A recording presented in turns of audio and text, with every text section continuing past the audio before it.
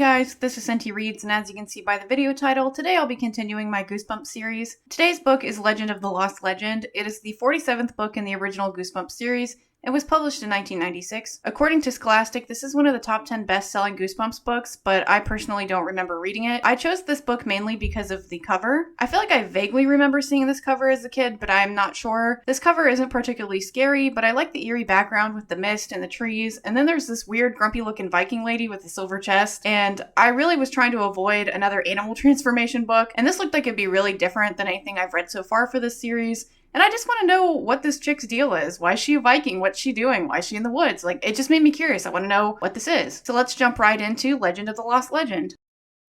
As per usual, let's start with how the book opens. Justin Clark tugged his gloves under the sleeves of his heavy blue parka. Then he shielded his eyes with one hand and searched all around. "I don't see Dad," he told his sister, Marissa. "Do you?" We're immediately dropped into a tense situation as Justin, our main character, who is 12, and his little sister Marissa, who is 11, are lost in some sort of Arctic tundra.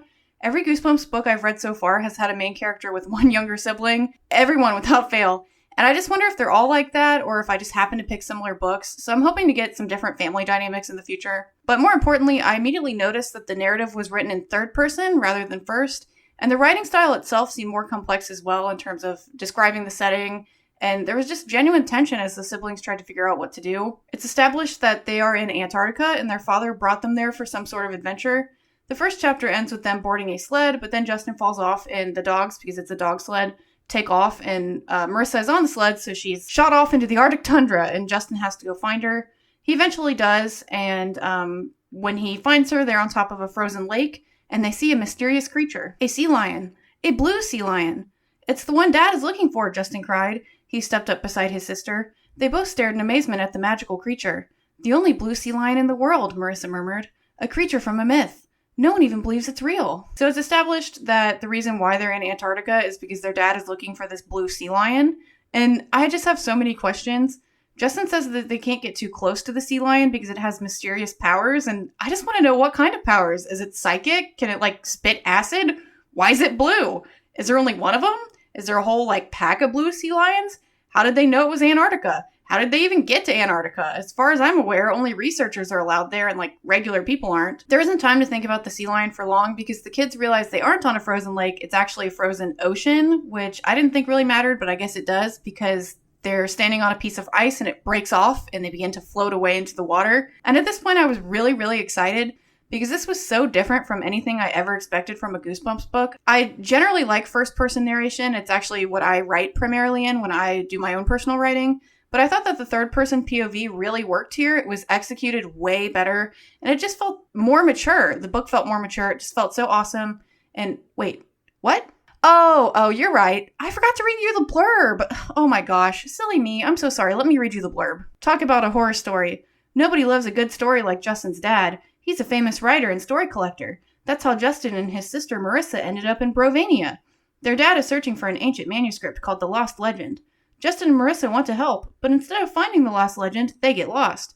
And the woods of Brovania are filled with the strangest creatures, like hundreds of squealing mice, silver-colored dogs, and terrifying Vikings from long ago. No, God! No, God, please, no! No! No! No! Huh? What? Brovania? Vikings? What about Antarctica? What about the blue sea lion? Where'd all that go? You know what? It's another Goosebumps fake out, baby! And this one really pissed me off. The first two chapters didn't happen. None of that Antarctica stuff, the blue sea lion, nope, gone. None of that happened. It was just a bedtime story that Justin and Marissa's dad told them while they were camping. The third chapter switches into the typical Goosebumps first-person POV, focusing on Justin's perspective, because he's the older sibling, and for some reason Goosebumps always focuses on the older sibling. The first two chapters with the Antarctica stuff was basically the same thing as starting the book with a dream sequence, which is really annoying and very rarely works. And the reason why is because the author is grounding the reader in a reality that doesn't actually exist. And then the reader gets the rug pulled out from under them when they realize that the real story is being introduced and everything they just read didn't happen and doesn't matter. And I don't want to read about Brovania and the Lost Legend. I want to read about the blue sea lion, damn it. I'm invested in the blue sea lion. I want to know his powers. I want to know about him. I don't care about the rest of this. Anyway, back to the real story. Justin and Marissa and their dad are settling down to sleep, and they're camping in some spooky woods in the fictional European country of Brovania. And the name totally cracks me up. It sounds like dude bros would live there. It's just funny. And we don't get any more context as to why the trio are there before Justin knocks over a kerosene lamp and sets their tent on fire. And in seconds, the tent was ablaze with orange and yellow flames. Strap in, folks. The fake outs have only just begun. Luckily, the flames had only caught on one wall. I have too good an imagination. I instantly pictured us surrounded by fire. This imagination thing has got to be the worst kind of fake out that Goosebumps does. They did the exact same thing in Why I'm Afraid of Bees when Gary imagined he was eaten by a dragonfly and he's like, ooh, I got killed. And this just immediately makes me doubt what the main character says or describes because now I know they're unreliable and at any point they could just be lying or imagining anything. So now I just don't trust anything that Justin says and it's really frustrating. We learned that Justin and Marissa's father is Richard Clark, a famous storyteller that travels the world searching for stories. He's published over 10 books of stories, which is frankly concerning to me. I don't really like the idea that this guy is going around making money off of other people's stories instead of writing his own, especially because if he's traveling the world, many of those stories probably came from other cultures, and it just feels really colonialist in a way that makes me uncomfortable. But rant aside, we learn that they are here in Brovania seeking the lost legend. His expression turned solemn. The ancient manuscript of the lost legend is worth a fortune, he replied. The whole world is curious about it. The whole world wants to read it, because no one knows who wrote it or what it's about. I have even more questions than I did about the blue sea lion. How did the lost legend become famous if nobody knows who wrote it or what it's about? Like, how did this legend spread if nobody knows anything about it? How long has the legend been around? How do they even know it's valuable? For all they know, it could be an ancient bread recipe. They don't even know it says anything useful. And what if it's in an ancient language that nobody can read? It just doesn't make sense. And it's established that the manuscript is stored in a silver chest. And I'd be more interested in the silver than the legend itself. They settle down to sleep and Justin hears something outside the tent, so he goes to investigate. His dad is already asleep and it's established that he's a heavy sleeper, so the kids are on their own from this point forward. Luckily, the creature outside the tent is harmless as it's just a dog. I love dogs. I've always loved dogs. Without thinking, I reached out my arms and ran to pet him. This made me laugh so hard because Justin is 12, which is way too old for this shit. Like, a 12-year-old should know not to be running after dogs in the middle of the night in the dark forest of Brovania. And it just reminds me of those memes from forever ago about people pretending to be distracted by squirrels or shiny things, like, oh, squirrel, oh, sorry, I have ADHD. Like, it just gives that energy. So they go after the dog and they find a note on his collar that says to follow the dog and that the person knows what they're looking for. And so they immediately assume they're referring to the lost legend. And Marissa, being the voice of reason, isn't so sure that it's a good idea because they can't wake up their dad. It's the middle of the night and they don't know that the person who wrote the note is even telling the truth, which is smart. Too bad Justin ruins it. If I ever really want to do something, all I have to say is let's not do it. Marissa always disagrees with me. Always. That makes it very easy to get her to do what I want. Oh great, not only is Justin a total idiot, but he's also super manipulative. He agrees with Marissa that they shouldn't go follow the dog, to which she immediately changes her mind and says that they should, so now they follow the dog through the woods to a cabin. To my surprise, they meet the weird Viking lady there, the one that's on the cover, and even though she's on the cover, I didn't expect her to be a character in the book, and she immediately acts very sketchy, and she blocks the door when they enter the cabin. She backs up against the door so they can't get out. And she shrieks that she's caught them. And obviously that's a fake out, and she gives the lamest explanation as to why she did it. Sorry, I have a bad sense of humor, the woman said.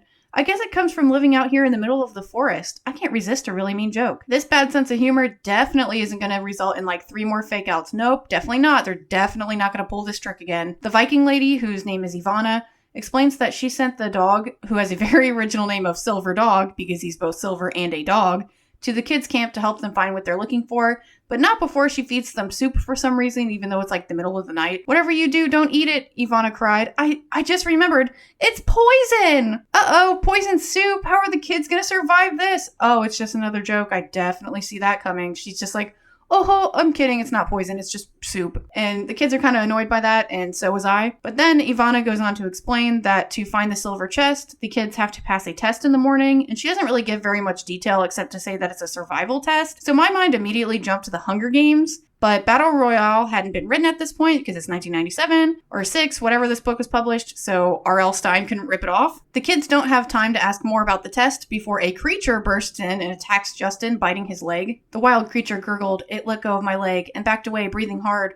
As I scrambled to my feet, I stared at this panting creature. It had a man's face, hunched on its hind legs. It looked almost human. except that it was covered with thick black fur. If he shaved off all the fur, put on some clothes, and got a haircut, he'd look like a young man, I thought. As I stared at him, he started to wave and point. This weird man-dog creature is definitely freaky, and I don't like it. I don't like to think about him. He's weird. I don't like it. Ivana tells the kids that the man-dog's name is Luca, and that he will be their guide for the test the next morning. And the scene sort of abruptly ends here as the kids go to sleep, only to immediately wake up in some spooky woods that are different from the woods that they were already at. It's like a different set of spooky woods. Don't ask questions. They still don't really know what the test is and what the rules are, so they decide to follow the weird man-dog around. And the weird man-dog, Luca, almost immediately sees a squirrel, call back to earlier, and he runs off, completely ditching the kids. And that's when Justin conveniently finds this handy note in his back pocket. Dear kids, keep Luca with you and you will pass the test. Do not let him out of your sight. Be careful not to lose him, or you are doomed. Ivana. Oops, looked like they needed that weird man-dog after all. And I guess this implies that they are the only ones taking this test right now, unless there are other groups with their own weird man-dog guides. I don't want to think about that. The kids wander aimlessly through the woods for a bit and come across a bunch of nuts on the ground, except they aren't nuts, they're eggs, and they start to hatch, and you'll never guess what's inside. No, really, I'll give you a second to guess. You're not going to know.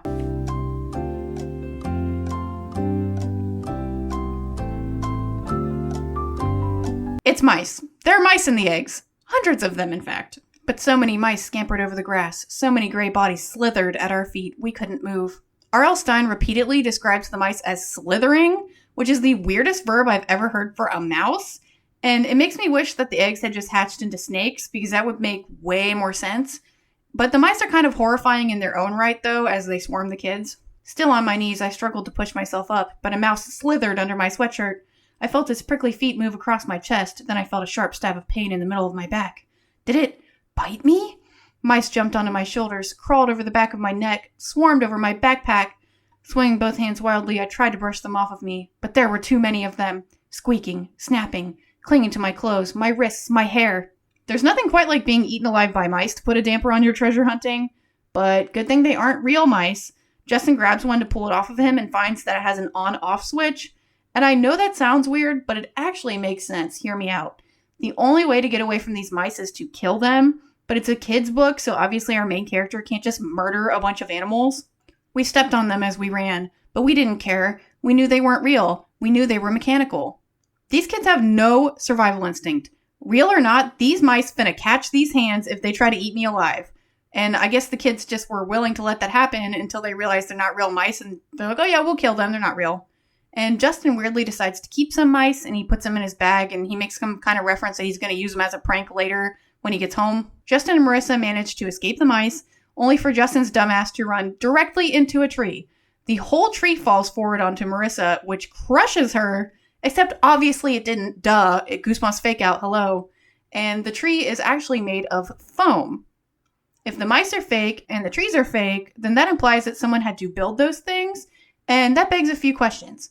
Why did the creator bother to put these robot mice into the eggs? How did they know when to hatch? I feel like it would have been easier to just have the mice hide in some bushes and then have them programmed to like scurry in when they detect the kids. And then that would just be, why are they in eggs? I don't know. And why did he put up foam trees if there was already a real forest like right there? They were already in a real forest. Why did he build a fake forest? What is going on? Anyway, the kids don't have long to investigate the fake trees before they hear some footsteps. Like really, really loud footsteps, like a giant is coming towards them. So they take off running until they reach a shallow stream, and it doesn't look so deep, maybe only a few inches, so they decide they're going to cross it. But too bad, it's basically quicksand. As soon as they step into the water, they get sucked up into the mud, and they nearly drown, like they're really close to drowning. And they see something strange in the stream. A big plug, Marissa reported, in the stream bottom, like a bathtub drain plug. This stream isn't real either, it's a fake. You mean to tell me whoever built this forest built a whole ass stream? Did they dig it themselves? Where did they get the quicksand mug? Why would they put a drain in it? How would he expect the players in this survival game to even reach the plug if they're like sinking into quicksand? It doesn't make sense. But anyway, it doesn't really matter because obviously they're not going to drown. But do you care to guess what the creature coming toward them is?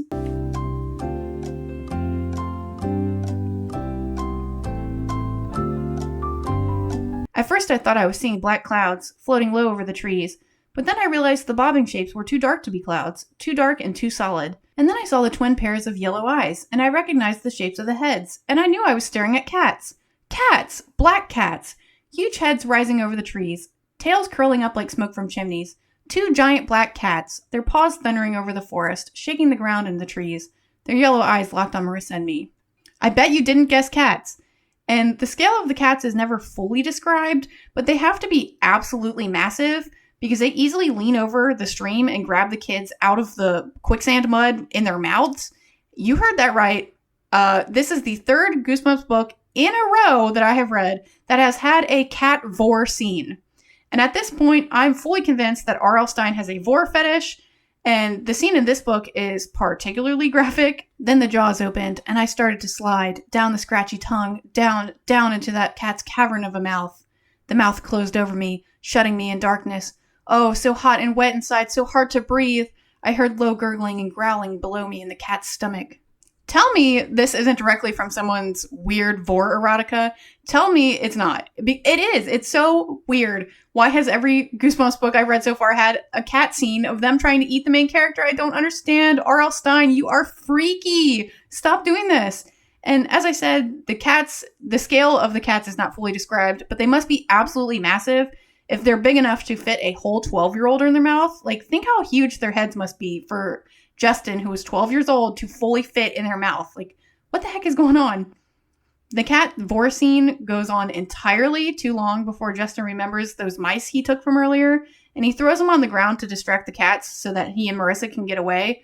And why such a huge, mammoth of a beast would go after these tiny, tiny mice when they already have bigger prey in their mouths is beyond me. Like, the cats literally spit the kids out so they can go after the mice instead.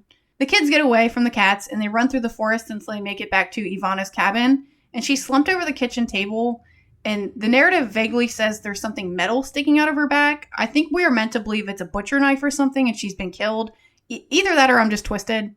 But it's not actually a knife. It's a turnkey, like for a wind-up toy. The kids realize that Ivana is a puppet of some kind, and that's not even the weird part. The weird man dog, Luca, who was supposed to be their guide, returns to the cabin, and we get the absolute weirdest plot twist I've ever read. Luca pulled a long strip of fur off his arm. Then he pulled the fur from around his neck. I'm happy to get this stuff off, he said, peeling more fur from his arm. It's so hot and itchy, especially when you're running around like a wild man in the forest. I'm very confused, I confessed. Confused doesn't even begin to explain it. Luca explains to them that he's not some weird man dog, just a weird man, and his family has lived in the forest for hundreds of years to protect its treasures. I just want to know how many treasures are here. He built the forest that they were just in, which is called the Fantasy Forest, for some inexplicable reason, even though there's real woods, and Ivana's cabin was in the real woods, so the Fantasy Forest must connect to the actual forest of Brovania somehow. It's really, I don't understand how these different forests are separated, and I feel like he could have just had these cat monsters patrol the already existing forest of Brovania to keep intruders out. But then again, they might not be under his control because it's never stated that they were mechanical or fake in any way. So did he have anything to do with those cats, or they're just random cat monsters in Brovania? I really don't understand what is going on here. But anyway, remember this whole thing was supposed to be some kind of survival test? And how did we pass the test, I demanded. By discovering what was real and what wasn't, Luca replied, by surviving and triumphing over the unreal. I want to know how many other people attempted this trial and failed, because these 2 kids seem to beat it by dumb luck. Also, would they have actually died if they couldn't have gotten out of those situations? Like, would the mice have actually, killed them, chewed them to death, or would they have drowned, or would the cats have swallowed them? Does that make Luca a murderer if other people died in these trials? And if people did die, what did Luca do with their corpses? What is going on? So Luca ends up giving them the silver chest and then warns the kids to be careful when they leave. Luca nodded. There are many thieves in the forest. Some of them are real, and some of them are not real. But they all would steal your treasure and make it their own. Excuse me, what the fuck? I thought they passed the trial fair and square. If some of them aren't real, like some of the bandits aren't real, does that imply that Luca put them there? Are they also robots or turnkey toys? That does not seem fair if they already passed the trial to then encounter bandits. Come on. Anyway, the kids take the chest, and the dog from before, Silver Dog, is going to lead them back to their camp. But they don't get far before they hear some rustling in the bushes and assume it's bandits. But good thing it's just their dad. He just sort of accepts that his kids found this priceless artifact completely on their own, and he doesn't really ask questions as to where they got it or how they found it.